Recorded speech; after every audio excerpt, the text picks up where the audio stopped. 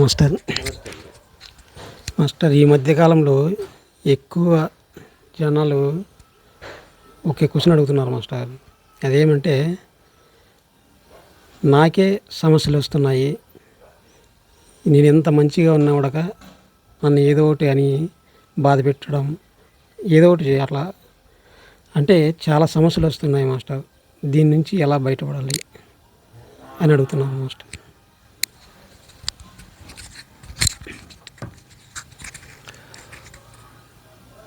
నాకే సమస్యలు వస్తున్నాయి అంటే భగవంతుడు నిన్నే ఎంచుకున్నాడు. అసలు సమస్య అంటే ఏంటి జాగ్రత్తగా అర్థం చేసుకుందాము. సమస్య అంటే నిన్ను అన్కంఫర్ట్నెస్కి గురి చేసే ఒక సిచ్యువేషన్. అంటే మనకు దుఃఖాన్ని కలిగించేది, కష్టాన్ని కలిగించేది, ఇబ్బందిని కలిగించే సిచ్యువేషన్ని సమస్య అంటాం. అంటే మనకిష్టం లేనిది. ఏమంటే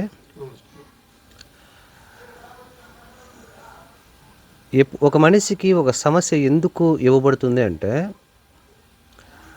మామూలుగా యుద్ధం జరుగుతుంది. యుద్ధం జరిగినప్పుడు యుద్ధానికి ముందు సైనికులు అనేక రకాలుగా అస్త్రాలు, శస్త్రాలు, ఆయుధాలు ఉపయోగించి ప్రాక్టీస్ చేస్తారు. వాళ్ళు సంవత్సరాల కొద్దీ సాధన చేసుకుంటూ ఉంటారు యుద్ధ విద్యలని. ఎందుకోసం చేస్తారు? ఆ విద్యలన్నింటినీ కలిసి యుద్ధంలో ప్రయోగించి బాగా యుద్ధం చేసి ఒక వీర సైనికుడిని అనిపించుకోవాలా, నేను గొప్ప స్థాయికి వెళ్ళాలా, ఈ విధంగా ఈ ఉద్దేశంతో యుద్ధం చేస్తారు. ఒకవేళ వాళ్ళు సంవత్సరాల కొద్దీ తరబడి యుద్ధ విద్యలను ప్రాక్టీస్ చేశారు, వాళ్ళకు చేయడానికి యుద్ధమే రాలేదు, వాళ్ళని వాళ్ళు ప్రూవ్ చేసుకోవడానికి యుద్ధమే రాలేదు. ఏమంటే అప్పుడేంటి, చాలామంది ఐఏఎస్, ఐపీఎస్ గ్రూప్స్ ఎగ్జామ్స్ రాస్తూ ఉంటారు. పాపం సంవత్సరాల కొద్ది తరబడి వాళ్ళు ప్రిపేర్ అవుతూ ఉంటారు. ఇప్పుడు వాళ్ళు ఐఏఎస్ అవ్వాలంటే వాళ్ళు బాగా చదివినారా లేదా అనేది పక్కన పెడితే కనుక వాళ్ళకి ఏం రావాలా? ఎగ్జామ్ రావాలా, నోటిఫికేషన్ వచ్చి ఎగ్జామ్ రావాలా, అంటే యుద్ధము రావాలా. యుద్ధం వచ్చినప్పుడే, యుద్ధం అనేది నిజానికి నిన్ను నువ్వు ప్రూవ్ చేసుకునే ఒకానొక ఘట్టం. నిన్ను నువ్వు నిరూపించుకునేదానికి ప్రపంచానికి ఒక అద్భుతమైనటువంటి అవకాశం. చూడండి, సైనికులు చూడండి, యుద్ధంలోకి పోయేదానికి తహతహలాడిపోతారు. ఒక సైనికుని నువ్వు యుద్ధానికి పోవడానికి వీల్లేదు అంటే వాడు దాన్ని చాలా అవమానంగా ఫీల్ అవుతాడు. అవునా కదా? మనిషికి కూడా, అసలు మనిషికి ప్రతిరోజు యుద్ధం జరుగుతుంటుంది. నిజానికి life is totally a big war, గొప్ప యుద్ధం అన్నమాట. దేనికి యుద్ధం అంటే, నీ యొక్క కర్మఫలానికి, నీ యొక్క విధిరాతకి, నీ యొక్క ప్రయత్నానికి ప్రతిరోజు యుద్ధమే. నీ విధిరాత ప్రకారం జీవితం నడుస్తూ ఉంటుంది. దాన్ని తట్టుకోవడానికి, దాన్ని ఎదుర్కోవడానికి నువ్వు గట్టిగా పురుష ప్రయత్నం చేస్తావు. ఏమండి, నువ్వు ఎంత గట్టిగా పురుష ప్రయత్నం చేస్తావో దాన్ని బట్టి నువ్వు ఆ సిచ్యువేషన్ని జయిస్తావు.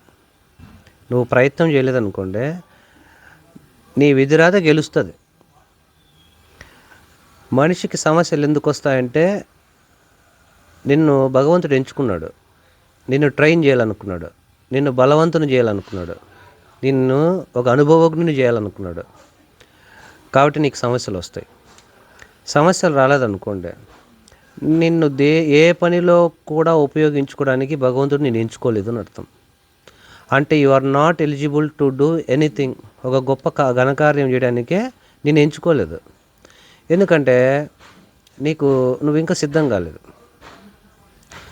సమస్య నిన్ను నువ్వు సంస్కరించుకోవడానికి, నీ స్థాయి నువ్వు గుర్తించుకోవడానికి, నీ సాధన ఎంతవరకు వచ్చిందో తెలుసుకునేదానికి అద్భుతమైనటువంటి ఒక అవకాశం ఇది.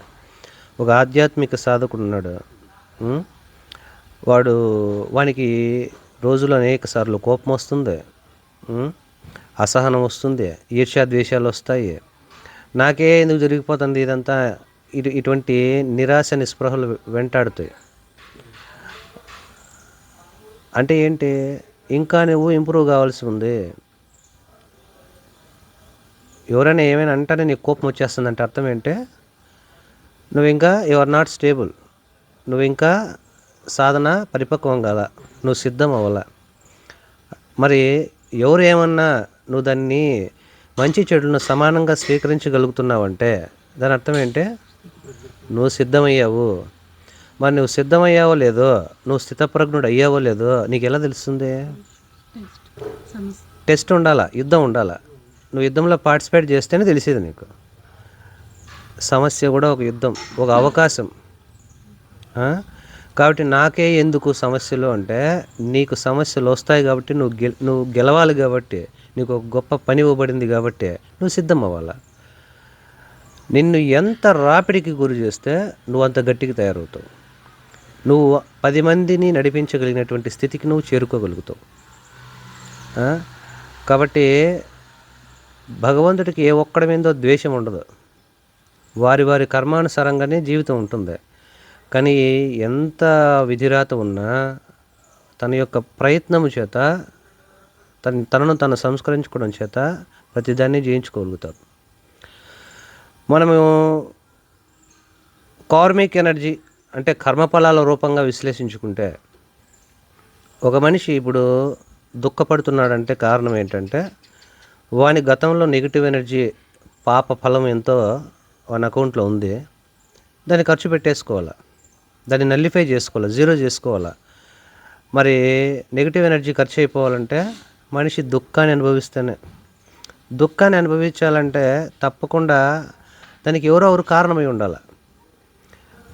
మీరు దుఃఖాన్ని అనుభవించాలంటే ఎవరి ద్వారా అనుభవిస్తారు? ఎక్కడో అమెరికాలోనో ఆస్ట్రేలియాలో ఉండే వాడి ద్వారా అనుభవించరు. మీ ఇంట్లో వాళ్ళ ద్వారానే. మీ భార్య, మీ భర్త, పిల్లలు, తల్లిదండ్రులు, మీ బంధువులు, అక్కచెల్లెళ్ళు, లేదా స్నేహితులు, మ్యాక్సిమం అంటే పక్కింటోళ్ళు.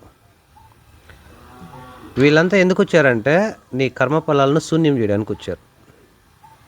నీ దుఃఖాన్ని కష్టం అనుభవించడం ద్వారా నీ పాపాన్ని కరిగించడానికి వచ్చారు. సో ఇప్పుడు నేను దుఃఖాన్ని అనుభవిస్తానంటే నా పాపము కరిగిపోతుంది. పాపం కరిగిపోయింది అనుకోండి, మిగిలినది ఏముంటుంది? పుణ్యమే ఉంటుంది. లేదు, చాలా సుఖాలు వస్తున్నాయి, వాడు ఎన్ని తప్పుడు పనులు చేస్తున్నా సుఖాలు వస్తున్నాయి అంటే అర్థం ఏంటే?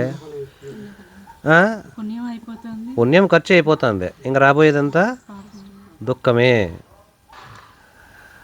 మనము సమస్యని ఒక అవకాశంగా, ఇప్పుడు నాకు ఒక సమస్య వచ్చింది, నేను గమ్మున పోతా అంటే వాడు నన్ను అవమానించినాడు. నేను ఎంత వానికి గౌరవించినా, ఎంత అణిగిమణిగి ఉన్నా వాడు నన్ను టార్గెట్ చేసి మరీ అవమానిస్తున్నాడు.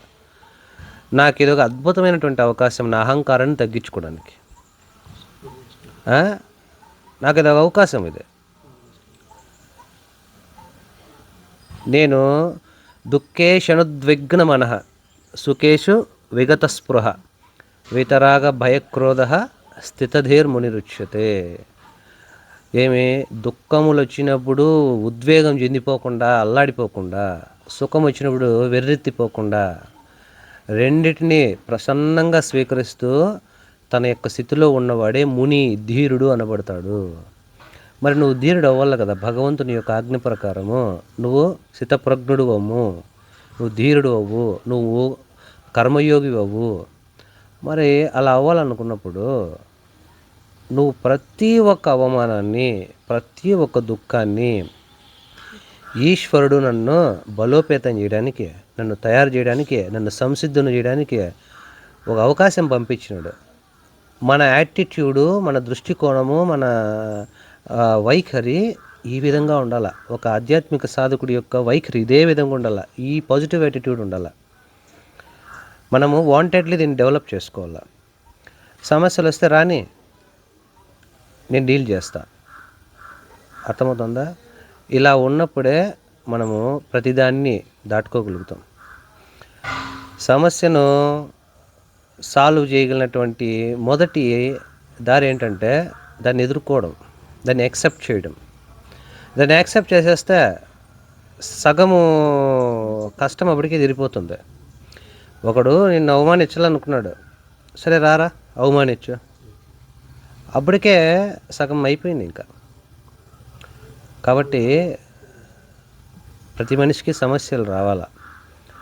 ఆ సమస్యల కోసం నువ్వు పోరాడాల. నీ లోపల ఉన్నటువంటి దివ్య శక్తుల్ని, మనలో ఉన్నటువంటి గొప్ప శక్తుల్ని, ఓపిక, సహనము, దయ, ఉత్సాహము, ప్రేమ, ఇటువంటి శక్తులను ఉపయోగించడం కోసం వచ్చిన అవకాశం అది. ఏమండి? అది.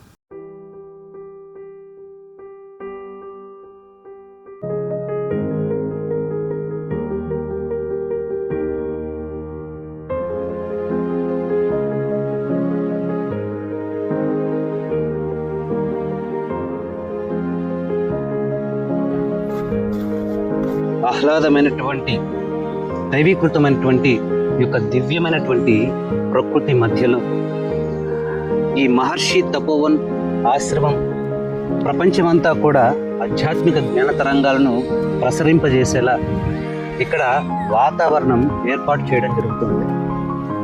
ప్రతి ఒక్కళ్ళు కూడా తమ యొక్క సాధనను పరిపుష్టం చేసుకొని ఇక్కడ గురువు నుంచి ఉపదేశాన్ని పొంది తన్ను తాను తెలుసుకొని తన జీవితాన్ని చక్కదిద్దుకొని ఆ భగవంతుడి యొక్క కృపను పొందుతారని ఆశిస్తున్నాను. ఇక కొద్ది కాలంలోనే ఈ ఆశ్రమం నిర్మాణం పూర్తయిపోతుంది. ఈ నిర్మాణానికి సంబంధించి మీరందరూ కూడా మీకు తగిన సహాయ సహకారాలు అందిస్తారని మేము ఆకాంక్షిస్తూ ఉన్నాం. అతి త్వరలోనే ఈ ఆశ్రమం ప్రారంభమవుతుంది. మీకందరికీ కూడా ఆధ్యాత్మిక జ్ఞాన ప్రసాదము ఇక్కడ పంచబడుతుంది. ధన్యవాదాలు.